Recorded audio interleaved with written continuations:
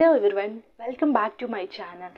So నేను దీనికంటే ముందు చెప్పాను కదా, మొదటి నెల ప్రెగ్నెన్సీలో ఎలాంటి సిమ్టమ్స్ ఉంటాయి, తల్లిలో ఎలాంటి లక్షణాలు ఉంటాయి అనే దాని గురించి ఒక వీడియో అనేది చేశాను.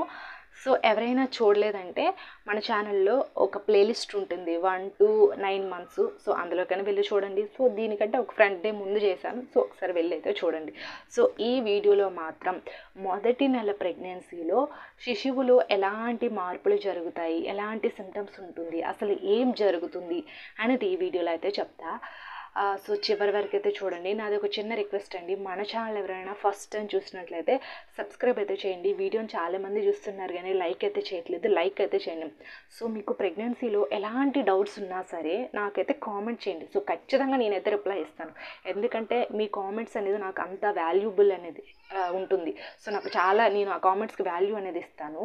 సో ఖచ్చితంగా నేను రిప్లై అయితే ఇస్తాను. అండ్ దానికి తగ్గట్టుగా ఏమైనా డౌట్స్ ఉంటే వీడియోస్ కూడా చేస్తూ ఉంటాను. సో అది ఖచ్చితంగా మీకు ఎలాంటి డౌట్స్ ఉన్నా సరే అడగండి.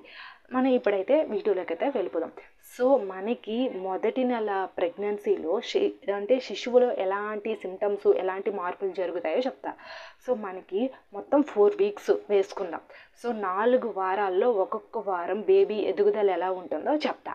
సో ఫస్ట్ వీక్లో బేబీ అనేది 3 రోజుల పాటు ఫలదీకరణం జరుగుతుంది. అంటే మన స్టమక్లో అలా ఫలదీకరణం చెంది 4వ రోజు గర్భాశయంలోకి వెళ్తుంది. సో గర్భాశయంలోకి వెళ్ళి ఇంకా 9 months కూడా ఆ గర్భాశయంలోనే. సో గర్భాశయాన్ని యుటరైన్ అంటారు. సో ఆ యుటరైన్లోనే ఇంకా ఫిక్స్ అయిపోయి ఉండిపోతుంది. సో 3 రోజులు ఆ పిండం అనేది ఫలదీకరణం చెంది గర్భాశయంలోకి ప్రవేశం అనేది జరుగుతుంది.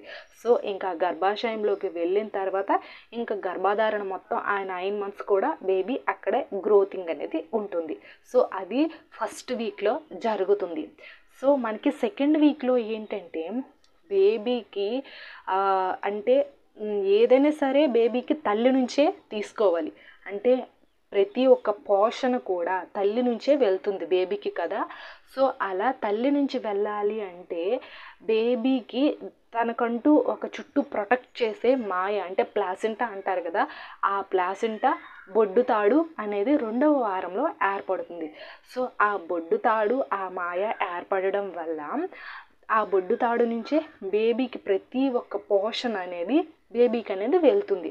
అంటే గర్భిణి తీసుకునే ఆహార పదార్థాలు ప్రతి ఒక్కటి కూడా అంటే ఎలా అంటారా, ఆక్సిజన్ సరఫరా కానీ, రక్త సరఫరా కానీ, తీసుకునే ఫుడ్ కానీ, ప్రతి ఒక్కటి ఎవ్రీథింగ్.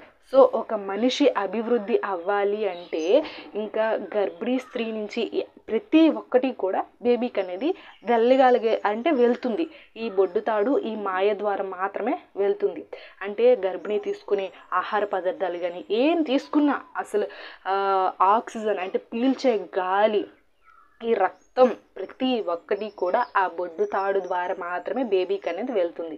సో అది 2వ వారంలో ఆ బొడ్డుతాడు, ఆ మాయ అనేది ఏర్పడుతుంది. ఆ మాయ అనేది అంటే ఆ ప్లాసెంటా బేబీకి ప్రొటెక్టివ్గా ఉంటుంది. సో ఈ 9 months కూడా బేబీకి రక్షణ వలయంలా ఉంటుంది. సో అది 2వ వారంలో అది జరుగుతుంది. సో 3వ వారానికి వచ్చేసరికి ఏంటంటే బేబీకి గుండె చప్పుడు అనేది ప్రారంభం అనేది అవుతుంది. సో దానికే కదా చాలామంది డాక్టర్స్ ఏమంటారు, ఎర్లీ ప్రెగ్నెన్సీ స్కానింగ్ అనేది తీసుకోండి అంటారు. సో ఎందుకు తీసుకోమంటారు early pregnancy scan? Baby heart rate అనేది స్టార్ట్ అయ్యిందా లేదా అనేది తెలుసుకోవడానికి. సో ఎర్లీ ప్రెగ్నెన్సీ స్కానింగ్ అనేది ఖచ్చితంగా చేసుకోవాలి. ఎందుకంటే ఇంకా బేబీ హార్ట్ రేట్ అనేది మొదలయ్యింది అనుకోండి, మీ బేబీ చాలా హెల్తీగా, యాక్టివ్గా పెరుగుతుంది. ఇంకా మీకు ప్రెగ్నెన్సీ కన్ఫర్మేషన్ కోసం. సో కొంతమందికి ఈ ఎర్లీ ప్రెగ్నెన్సీ స్కానింగ్ తీసుకునేటప్పుడు బేబీ హార్ట్ రేట్ అనేది అంతగా వినిపించదు. సో కొంతమందికి ఎలా ఉంటుందంటే బేబీ హార్ట్ రేట్ అనేది వినిపించకపోతే అంటే సైలెంట్ మిస్క్యారేజ్ అయినట్టు లెక్క. కాబట్టి మీరు ఏంటంటే 4వ వారంలో అంటే ఎలా అంటారా, ఒక 8th week కానీ, 7th week కానీ, లేదా 9th week, 8th, 9th, 7th ఈ 3 weeksలో ఎప్పుడైనా సరే ఎర్లీ ప్రెగ్నెన్సీ స్కానింగ్ అనేది చేసుకోండి. ఎందుకంటే మీ ప్రెగ్నెన్సీ కన్ఫర్మేషన్ కోసం and also baby heart rate అనేది కొట్టుకుంటుందా లేదనేది తెలుసుకోవడం కోసం ఖచ్చితంగా ఈ మనకి మొదటి నెల 3వ వారంలో బేబీ గుండె చప్పుడు ప్రారంభమవుతుంది. సో అది అండ్ నెక్స్ట్ బేబీకి ఈ మెదడు అభివృద్ధి అనేది అవుతుంది. నాడీ వ్యవస్థ వెన్నుపాము అనేది కూడా అభివృద్ధి చెంది ఏర్పడుతుంది ఈ 3వ వారంలోనే. సో కాబట్టి గుండె చప్పుడు ప్రారంభమయ్యి మెదడు అభివృద్ధి చెంది నాడీ వ్యవస్థ ఏర్పడి వెన్నుపొక్క కూడా ఏర్పడుతుంది, అభివృద్ధి కూడా చెందుతుంది ఈ 3వ వారంలో, మొదటి నెల 3వ వారంలో. సో అది అండ్ 4th వీక్లో వచ్చేసరికి ఏంటంటే బేబీకి కాళ్ళు చేతులు అలాగే అంతర్గత అవయవాలన్నీ కూడా ఏర్పడుతుంది. అంటే బాడీ అంటే ఒక మనిషి ఎలా ఉంటుందో కాళ్ళు చేతులు మెదడు ఇలా ఎవ్రీథింగ్ కూడా జస్ట్ బేబీకి ఏర్పడేది కేవలం 4th వీక్లో కాళ్ళు చేతులు మెదడు అభివృద్ధి నాడీ వ్యవస్థ గుండె చప్పుడు జస్ట్ ఒక పరిమాణం మాత్రమే ఏర్పరచుకుంటుంది. సో ఇది 4th వీక్లో ఏంటి కాళ్ళు చేతుల అభివృద్ధి అనేది చెందుతుంది. అయితే బేబీ అసలు ఏ పరిమాణంలో ఉంటుందో మీకు తెలుసా? బియ్యం గింజ అంటారు కదా, సో ధాన్యం గింజ బియ్యం గింజ అంటారు. సో ఆ పరిమాణంలో బేబీ అనేది రూపాంతరం అంటే అలా ఉంటుంది. అలాగే ఈ సమయంలో అంతర్గత అవయవాలన్నీ కూడా ఏర్పడుతుంది. అలాగే మనకి 4 మిల్లీమీటర్స్ అనేది ఉంటుంది, అంటే చిన్న ఒక ధాన్యపు గింజంత పొడవు అనేది ఉంటుంది. సో మొదటి నెలలో బేబీలో జరిగే మనకి మొదటి నెలలో బేబీలో కలిగే మార్పులు ఇవి.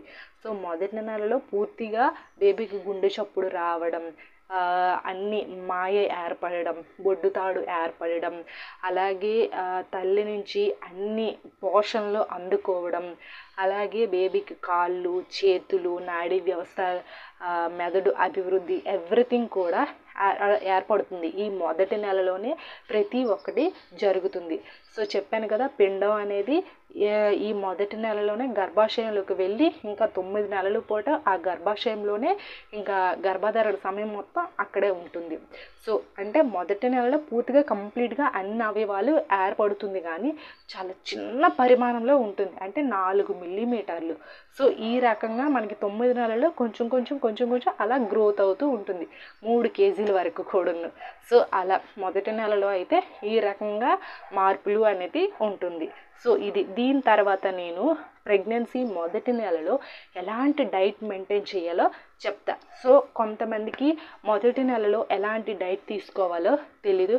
నెక్స్ట్ వీడియో ఈ మొదటి నెలలో ఎలాంటి డైట్ ప్లాన్ అంటే ఎలాంటి ఫుడ్ తీసుకోవాలి, ఎలాంటి ఫుడ్ తీసుకోకూడదు, ఏది తీసుకుంటే బేబీ హెల్తీగా గ్రోత్ అవుతుంది, సో ఇలా నేనైతే చెప్తా. సో ఐ హోప్ ఈ వీడియో మీకు ఇన్ఫర్మేటివ్ ఉంటే లైక్ చేయండి, షేర్ చేయండి. ప్రెగ్నెన్సీ వీడియోస్ కోసం ఖచ్చితంగా ఫాలో అవ్వండి. మీరు ఆ సపోర్ట్ నాకు ఇవ్వండి. Thanks for the watching this video.